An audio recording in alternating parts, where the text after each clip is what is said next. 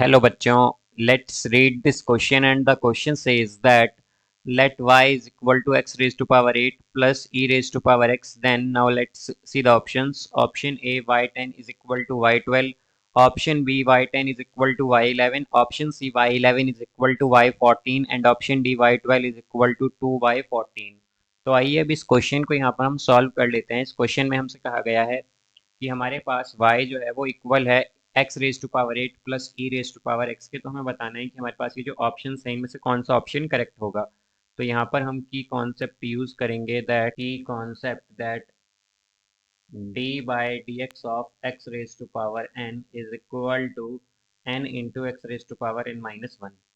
तो यहाँ से अब अगर हम देखें तो हमारे पास अगर लेट सपोज u गिवन है इक्वल एक्स स्क्वेयर के, तो अगर हम देखें तो हमारे पास जो u1 होगा यानी कि इसका फर्स्ट डेरिवेटिव होगा वो क्या होगा, वो आ जाएगा 2x।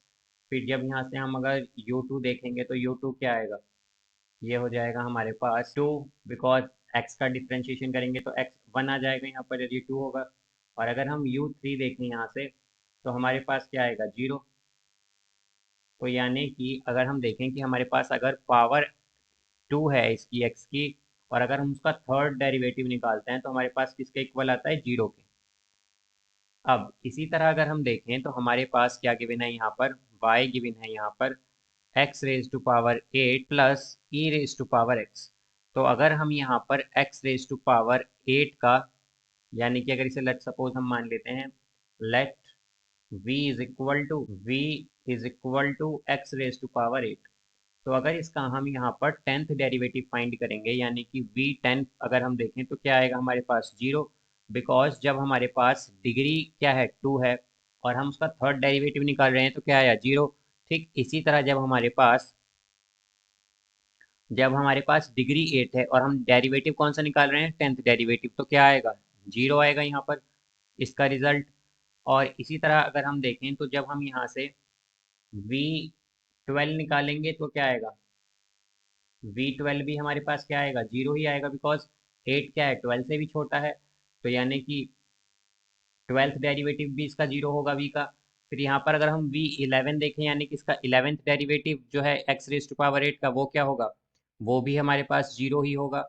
एंड अगर यहाँ पर हम v14 देखें, यानी कि 14th derivative of x raise to power 8, वो क्या होगा, वो भी 0 ही होगा। अब यहाँ से हमारे पास, अब अगर हम e raise to power x को देखते हैं तो इसे हम लेट सपोज मान लेते हैं t। तो e raise to power x को हम मान लेते हैं t।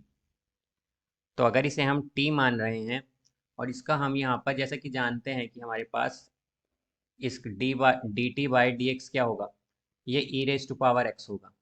और इसका हम nth डेरिवेटिव भी अगर ई रेज टू पावर एक्स का देखें तो क्या आएगा, ई रेज टू पावर एक्स ही होगा। यानी कि यहाँ से हमारे पास t10 यानी कि 10th डेरिवेटिव ऑफ t क्या होगा, ये भी हमारे पास यहाँ पर ई एक्स ही होगा। यहाँ पर t11 भी क्या होगा, ये भी हमारे पास ई रेज टू पावर एक्स ही होगा। यहाँ पर हमारे पास t12 भी क्या होगा, यानी कि 12th डेरिवेटिव ऑफ t भी क्या होगा, E raise to power X होगा। यहाँ पर हमारे पास 14th derivative of E raise to power X भी क्या होगा, ये भी E raise to power X होगा। तो अगर हम देखें तो हमारे पास यहाँ पर y क्या है, y है यहाँ पर x रेज टू पावर 8। तो हमने यहाँ पर x रेज टू पावर 8 को क्या मान लिया है, v। तो यानी कि v plus E raise to power x को मान लिया है t। तो अगर यहाँ पर अब हम v रेज y 10 देखें, यानी कि 10th डेरिवेटिव ऑफ y देखें तो क्या आएगा, v10 क्या है हमारे पास, तो y10 क्या होगा, actually 10th derivative of y क्या होगा, v10, यानी कि 10th derivative of v plus 10th derivative of t। तो यहाँ से v10 क्या है, 10th डेरिवेटिव ऑफ v क्या आया था, 0। तो यह आएगा 0 plus 10th derivative of t क्या है, ई रेज टू पावर x है। तो यह आएगा हमारे पास यहाँ से 10th डेरिवेटिव ऑफ y होगा E raise to power x। फिर यहाँ पर अगर हम y11 देखें, यानी कि 11th डेरिवेटिव ऑफ y देखें तो यह आएगा v11, यानी कि 11th derivative of v plus 11th derivative of t। तो 11th डेरिवेटिव ऑफ v अगर हम देखते हैं तो यह आया था हमारे पास 0, और plus 11th derivative of t क्या आया था, ई रेज टू पावर x, यानी कि y11 यानी कि 11th डेरिवेटिव ऑफ y होगा यहाँ से e raise to power x।